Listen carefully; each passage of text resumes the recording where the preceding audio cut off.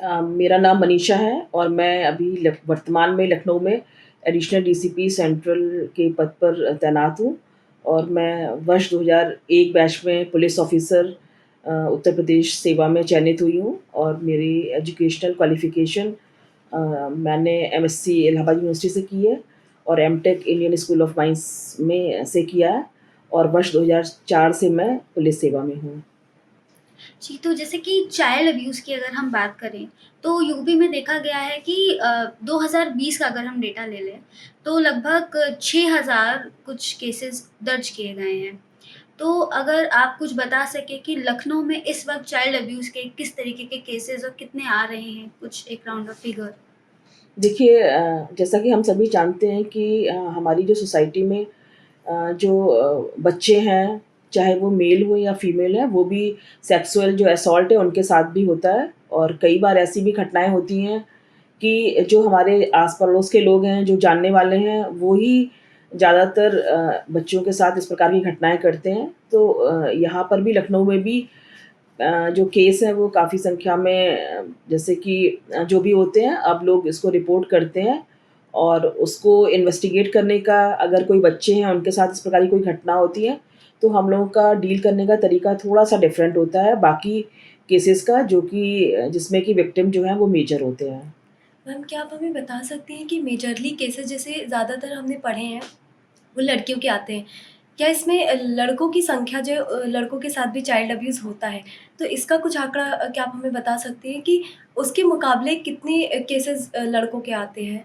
देखिए, ऐसे संख्यात्मक रूप से तो बताना थोड़ा-सा मेरे लिए मुश्किल होगा, लेकिन फिर भी अगर बात करें तो काफ़ी मतलब अगर जो फीमेल चाइल्ड है उनके साथ अगर सेक्सुअल असॉल्ट या अब्यूज़ की कोई घटना होती है, तो मेल जो चाइल्ड है, वो भी भले कम रिपोर्ट होती हों, लेकिन उनके साथ भी इस प्रकार के असॉल्ट या इस प्रकार से एक्सप्लॉयटेशन मेल चाइल्ड का भी होता है। और अब लोग धीमे-धीमे रिपोर्ट करना शुरू किए हैं और लखनऊ में भी ऐसे केस आते रहते हैं। समय-समय पर। तो मैम जैसे कि अभी आपने रिपोर्टिंग की बात की, लेकिन कई बार ऐसा होता है जैसे कि कुछ लोग जो पिछड़े इलाके से आते हैं, जहाँ अवेयरनेस बहुत कम होती है, वहाँ पर लोगों को पता नहीं है कि क्या करना है। तो एक प्रोसीजर क्या होता है अगर कोई आना चाहे और रिपोर्ट करना चाहे, किसी के घर में ऐसी घटना हुई हो, तो उसका क्या प्रोसीजर रहता है कि कैसे वो आकर के रिपोर्ट करें? देखिए, जैसा कि पहले मैंने कहा कि अब लोगों ने रिपोर्ट करना शुरू कर दिया है।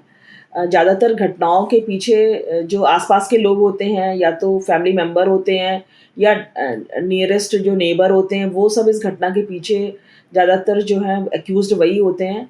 तो इसलिए लोक-लाज के भय से या अन्य किसी कारण से लोग इस प्रकार की घटनाओं को रिपोर्ट करने में संकोच करते थे। लेकिन अब जैसे-जैसे लोगों में अवेयरनेस आती जा रही है और लोगों में थोड़ा-सा कानून की जानकारी होती जा रही है, तो हम लोग ये देख रहे हैं कि लोगों ने केस को रिपोर्ट करना शुरू कर दिया है। और उसके लिए देखिए ऐसा है कि जैसे कि प्रत्येक पुलिस जो स्टेशन होता है जहाँ पर कि एफआईआर दर्ज होती है, वहाँ पर एक स्पेशल जुवेनाइल पुलिस ऑफिसर जो है, वो तैनात किया जाता है, जो कि ख़ास तौर पर बच्चों के अगेंस्ट में, चाइल्ड के अगेंस्ट में अगर कोई केस होता है, तो वो जो स्पेशल जुवेनाइल पुलिस ऑफिसर है, वो उसको डील करता है। और उसको एक विशेष रूप से ट्रेनिंग मिली हुई होती है कि किस प्रकार से, क्योंकि बच्चे जो होते हैं बहुत सेंसिटिव होते हैं, और जब बच्चों के साथ कोई क्राइम हो जाता है तो बहुत ज़्यादा शॉक की स्टेज में रहते हैं। तो उन्हें स्पेशल जो ट्रेनिंग दी जाती है कि बच्चों को कैसे डील करना है। और साथ ही बच्चों को जो जो स्पेशल जुवेनाइल पुलिस ऑफिसर होते हैं, उनको हम लोग जब कोई केस आता है तो वो इनफैक्ट पुलिस की यूनिफ़ॉर्म में भी नहीं रहते हैं। वो सादे कपड़े पहन कर के, ताकि बच्चे जो हैं वो किसी प्रकार से भयभीत ना हो, उन्हें अपने घर जैसा माहौल लगे, उस माहौल में बच्चों की काउंसलिंग की जाती है। और जो उनके साथ केस घटित होता है उसकी पूरी जानकारी करके, और उनके माता-पिता या कोई भी जो नैसर्गिक उनके अभिभावक हैं, उनके समक्ष केस को दर्ज किया जाता है। और जब मजिस्ट्रेट के सामने उनको बयान कराने के लिए भी लेकर जाया जाता है, तो ये सुनिश्चित किया जाता है कि जो पुलिसकर्मी साथ जाए वो सादी वर्दी में ही जाए, यूनिफ़ॉर्म पहन के ना जाए। साथ ही तो एक तो तरीका ये है कि वो सीधे आकर के अपना केस दर्ज करा सकते हैं।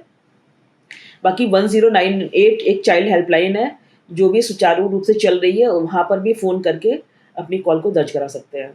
मैम, जैसे आपने बताया कि बहुत सारे केसेज़ मतलब बच्चों के आस-पास के लोग ही इसमें इन्वॉल्व होते हैं। हुँ। तो ऐसे में जब बीच केस में पेरेंट्स को या उनके फैमिली मेंबर को पता चलता है कि हमारे किसी परिवार के सदस्य इसमें इंक्लूड हैं, तो वो डर के मारे या किसी हिचक के मारे हिचक की वजह से केस को वापस ले लेते हैं। तब मतलब आप किस तरीके से उनको समझाते हैं या किस तरीके से आप उनको अप्रोच करते हैं? देखिए, यही चीज़ है कि हम लोग बच्चों के साथ-साथ पेरेंट्स की भी काउंसलिंग सुनिश्चित करते हैं कि पेरेंट्स को भी इस चीज़ का, क्योंकि ज़्यादातर बच्चों का जो होता है वो आस-पास ही रहते हैं, अपने घर के आस-पास, तो काफ़ी सारे केसेस में जो एक्यूज़्ड होते हैं वो घर के लोग, रिश्तेदार या अगल-बगल के लोग रहते हैं। तो बच्चों के साथ-साथ पेरेंट्स की भी काउंसलिंग करवाई जाती है और हम लोग ये सुनिश्चित करते हैं कि जो केस फाइल हुआ है उसमें पेरेंट्स जो है वो मजबूती के साथ केस लड़े और कोर्ट में भी अपनी गवाही जो एक्यूज़्ड है उसके अगेंस्ट में दे, ताकि उसने जिसने गलती करी है उसे सज़ा मिल सके। तो मैम जैसे कि अभी बात हो रही है प्रोसीजर की, तो जब बात होती है बच्चों की, तो ऐसा माहौल देख कर के, पुलिस को देखकर, वर्दी को देखकर क्या उनमें एक खौफ पैदा होता होगा? तो ऐसी सिचुएशन को आप कैसे डील करते हैं?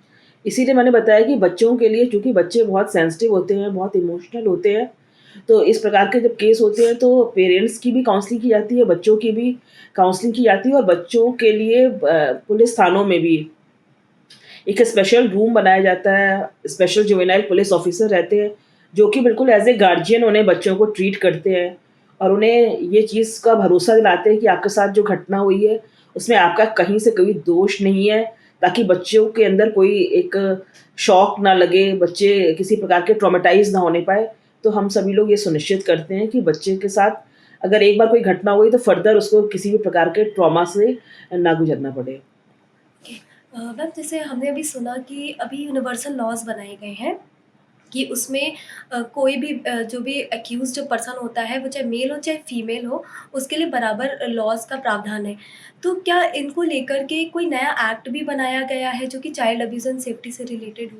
देखिए, वर्ष 2012 में जब निर्भया वाला जो कांड हुआ था, उसके बाद पॉक्सो जो एक्ट है वो बनाया गया था, जिसमें कि रेप के जो एक्यूज़्ड होते हैं उनको बहुत कठोर सज़ा का प्रावधान किया गया था और उसमें जो जो एज है विक्टिम की, उसको भी उसके संबंध में भी कई दिशा निर्देश पारित हुए थे और अभी हाल ही में 1 जुलाई 2024 से जो आईपीसी, सीआरपीसी और एविडेंस एक्ट है उसमें भी व्यापक बदलाव किए गए हैं। और जो आईपीसी के स्थान पर भारतीय न्याय संहिता लागू की गई है, उसमें भी जो कानून है वो जेंडर न्यूट्रल बनाए गए हैं। यानी कि जो विक्टिम है, जो पीड़ित है, वो अगर या तो मेल है या फीमेल, पुरुष या महिला कोई भी विक्टिम अगर है, तो उसके साथ बराबर जो है वो कानून जो है उनको बराबरी का दर्जा देता है और सेक्सुअल असॉल्ट के केस में स्पेशली ये अब माना जाता है कि सेक्सुअल असॉल्ट दोनों के साथ हो सकता है। तो उसमें इस प्रकार के जो कानून हैं, जो सेक्सुअल असॉल्ट को डील करते हैं, उसमें जेंडर न्यूट्रलिटी जो है उसको बरकरार रखा गया है।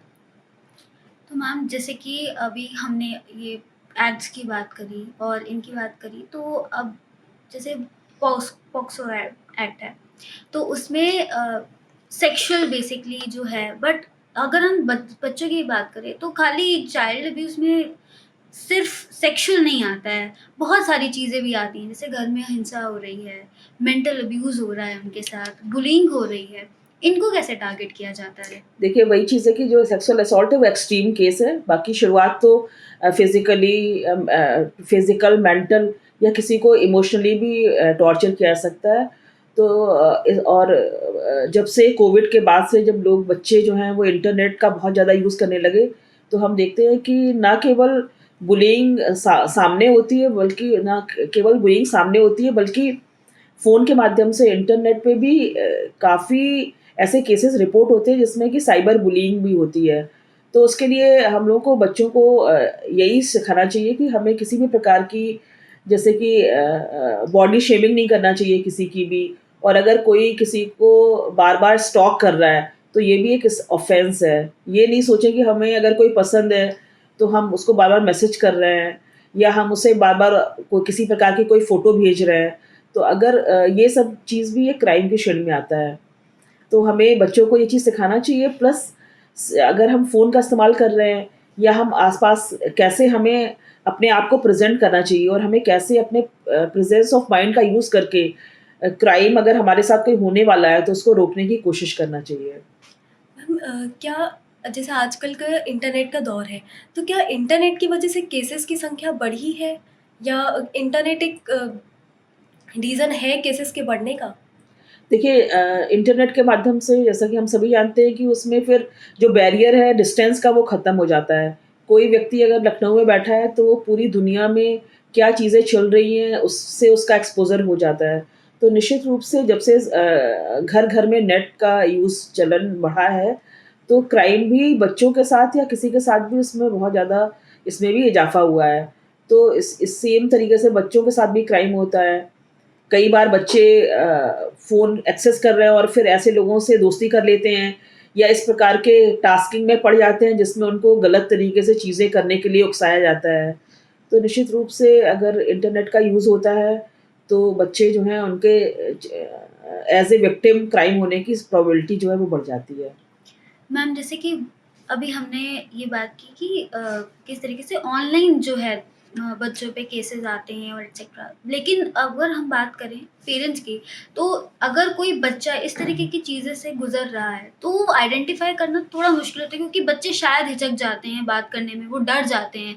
तो पेरेंट्स को ऐसा क्या करना चाहिए कि वो ये पता लगा सकें या उन्हें ऐसा क्या ऑब्ज़र्व करना चाहिए बच्चों में कि वो उनका बच्चा कहीं चाइल्ड अब्यूज़ से तो नहीं गुज़र रहा है? देखिए मैं एक पुलिस ऑफ़िसर हूँ और एक पेरेंट भी हूँ, तो मेरा अपना मानना ये है कि पहले तो हमें चाहे हमारा बच्चा किसी भी उम्र का क्यों ना हो, हमें बच्चे के साथ लगातार कम्युनिकेशन बना के रखना चाहिए। उसकी हर छोटी बात जो वो हमसे कहना चाह रहा है, उसको ज़रूर सुनना चाहिए और कोई भी अगर आपको लगता है कि कोई भी किसी भी प्रकार का बच्चे में बिहेवियर का चेंज हो रहा है, अचानक से बच्चा चुप हो गया है, गुमसुम हो गया या कोई ऐसी बात बताने की कोशिश कर रहा है, तो आपको ज़रूर उसकी बात सुनना चाहिए और फिर और ख़ास तौर पे अगर बच्चा छोटा है, क्योंकि बच्चा जो छोटा है लेकिन एक्सप्रेस करने की क्षमता छोटे बच्चे में भी होती है, तो वो अगर कोई चीज़ कहने की कोशिश कर रहा है, तो हमें ज़रूर सुनना चाहिए, उसे इग्नोर नहीं करने देना चाहिए कि नहीं ऐसी कोई बात नहीं है। या अगर किसी रिलेटिव ही कोई शिकायत करने की कोशिश कर रहा है, तो हमें सुनना चाहिए और बच्चे पे विश्वास रखना चाहिए कि हाँ, जो कह रहा है, वो सही हो सकता है। हमें बिल्कुल फर्स्ट साइट उसे बिल्कुल रिजेक्ट नहीं कर देना चाहिए उसकी बात को। तो सबसे बड़ी चीज़ यही है कि हमें बच्चों के साथ कम्युनिकेशन बना के रखना चाहिए और साथ ही जो हमारे घर के गैजेट्स हैं, उनमें भी बच्चों के लिए जो चीज़ें चेक्स होती हैं, वो ज़रूर लगा के रखना चाहिए कि क्या चीज़ें बच्चों को देखने लायक हैं और क्या चीज़ें ऐसी हैं जिसको देखने से बच्चे पे एक विपरीत प्रभाव पड़ेगा। मैम क्या मैं आप बता सकती हैं कि जो हम भी पेरेंट्स को बता पाएँ कि वो ऐसी कौन-कौन सी चीज़ें हैं जिनको अपनाकर बच्चों को फ़ोन पे बता सकें कि कौन सी साइट उनको मतलब वो उनके फ़ोन पे निगरानी रख सकें? किस-किस तरीके से आप कुछ तरीके बता सकती हैं जैसे पहले तो हमें पेरेंट्स को बच्चों को ये सिखाना चाहिए कि क्या चीज़ हमारे लिए अच्छी है और क्या चीज़ बुरी है। क्योंकि जब बच्चों को ये चीज़ जानकारी होगी, क्या उनके लिए अच्छा है और क्या बुरा है, तो निश्चित रूप से बच्चे भी सजग रहेंगे। साथ ही आजकल बहुत सारे ऐसे सॉफ्टवेयर आते हैं, जिनको हम अपने बच्चों जो फ़ोन को यूज़ कर रहे हैं, लैपटॉप को यूज़ कर रहे हैं, उसमें इंस्टॉल करना चाहिए, ताकि केवल केवल चाइल्ड के अनुसार ही जो मटीरियल है, वो ही केवल उसपे इंटरनेट पे अवेलेबल हो। एक तो हम इस प्रकार से उसमें चेक लगा सकते हैं। साथ ही हमें उसकी हिस्ट्री वगैरह देखते रहना चाहिए कि हमारा बच्चा इंटरनेट पे, गूगल पे किस प्रकार की चीज़ें देख रहा है और बच्चे को सबसे पहले तो एजुकेट करना चाहिए कि बच्चा खुद ये समझ सके कि हमारे लिए क्या अच्छा है और क्या बुरा है। साथ ही उसके दोस्तों से किस प्रकार की वो फ्रेंडशिप कर रहा है, किस प्रकार से वो बातें करता है, ये सब भी हमें डायरेक्टली, इनडायरेक्टली ऑब्ज़र्व करते रहना चाहिए। मैम जैसे हम सुन रहे हैं कि हमारे देश में एडल्ट वीडियोज़ यानी पोर्नोग्राफ़ी की संख्या बहुत बढ़ती जा रही है। माना जा रहा है कि इंडिया में सबसे ज़्यादा पोर्नोग्राफ़ी कंज़्यूम की जाती है। तो पोर्नोग्राफ़ी का क्या रोल रहता है कि क्या पोर्नोग्राफ़ी एक बहुत बड़ा रीज़न है कि चाइल्ड अब्यूज़ बढ़ रहे हैं हमारे देश में? देखिए कोई भी क्राइम होता है तो वो सोशियो इकोनॉमिक रीज़न्स उसके हमेशा रहते हैं। तो जैसा कि आपने बताया कि निश्चित तौर पे जो जो चीज़ें हम देखते हैं, जिस प्रकार से हम आस-पास का हमारा माहौल होता है, वो रिफ्लेक्ट करता है। तो अगर कोई भी व्यक्ति है, वो पोर्नोग्राफ़िक मटीरियल देखेगा, तो उसके मन में उसी प्रकार से निश्चित रूप से वो उसके लिए एज़ ए इंस्टिगेट करते हैं क्राइम करने के लिए। भारत सरकार के द्वारा बहुत सारे चेक्स ऐसे लगाए गए हैं कि यहाँ पर इस प्रकार के जो मटीरियल है वो ना अवेलेबल रहें, लेकिन फिर भी बहुत सी पायरेटेड चीज़ों के कारण यहाँ पर ऐसी चीज़ें अवेलेबल रहती हैं। तो और साथ ही अगर हम बच्चों को इस प्रकार का चीज़ें दिखाते हैं या बच्चों के साथ ऐसी चीज़ें करने की कोशिश करते हैं तो निश्चित रूप से क्राइम है। और अगर आस-पास किसी को भी इस तरीके की जानकारी आती है तो एज़ ए ज़िम्मेदार नागरिक उसको ज़रूर से रिपोर्ट करना चाहिए कि अगर ऐसी कोई चीज़ है जिसमें बच्चे या तो लिप्त हैं या बच्चों को ज़बरदस्ती दिखाया जा रहा है या बच्चों से ऐसी चीज़ें करवाई जा रही हैं, तो कोई भी व्यक्ति है वो अगर उसकी जानकारी में आता है, तो पॉक्सो एक्ट के अंतर्गत अगर वो रिपोर्ट नहीं करता है, तो वो भी एक क्राइम की श्रेणी में आता है कि वो भी एक क्राइम कमिट कर रहा है, कि जानते हुए भी ऐसी चीज़ों को नहीं बता रहा है। जी। मैम क्या पुलिस प्रशासन की तरफ से कुछ ऐसा कैंपेन या चल रहा है जिससे बच्चों को इस चीज़ की जानकारी भी दी जा रही है? हम लोग भी जैसे देखिए हमारे यहाँ जो महिला कांस्टेबल हैं, आपने देखा होगा पिंक बूथ स्थापित किए गए हैं और हम लोग भी समय-समय पर स्कूलों में जाते हैं और बच्चों को साइबर सुरक्षा के बारे में और गुड टच ब बैड टच क्या होता है, अगर हमारे साथ कोई घटना हो जाए तो हम कैसे रिपोर्ट करें, इन सब चीज़ों की बच्चों के मन में पुलिस से भय ना हो, इन सब चीज़ों की बच्चों को जानकारी देते हैं। तो निश्चित रूप से सभी का सोसाइटी में जितने भी स्टेक होल्डर्स हैं, सभी की ये ज़िम्मेदारी है कि हम बच्चों को जागरूक करें, कानून के बारे में जानकारी हो, क्या-क्या बच्चों के साथ क्राइम हो सकते हैं, हमें कैसे सावधानी बरतनी चाहिए। ये सब हमें बच्चों को ना केवल पेरेंट्स को, ना केवल टीचर को बल्कि सभी को की ये ज़िम्मेदारी है कि बच्चों को इस प्रकार की शिक्षा दें। मैम आप कोई ऐसा केस हमें बता सकें जो ऐसे इम्पैक्टफुल केस रहा हो या जो आपके लिए भी बड़ा मुश्किल रहा हो, जिसको देख के आपको भी बड़ा दुःख हुआ हो? ऐसा कोई केस आप हमें शेयर कर सकते हैं मत वो आइडेंटिटी कॉन्फिडेंशियल रखिएगा लेकिन ऐसा कोई केस आप हमसे शेयर कर सकें अगर? देखिए, अभी हाल ही में एक केस ऐसा आया था जिसमें कि एक लेडी थी, तो वो एक फैमिली में काम करती थी, तो वो साथ में अपनी बेटी को भी लेके जाती थी।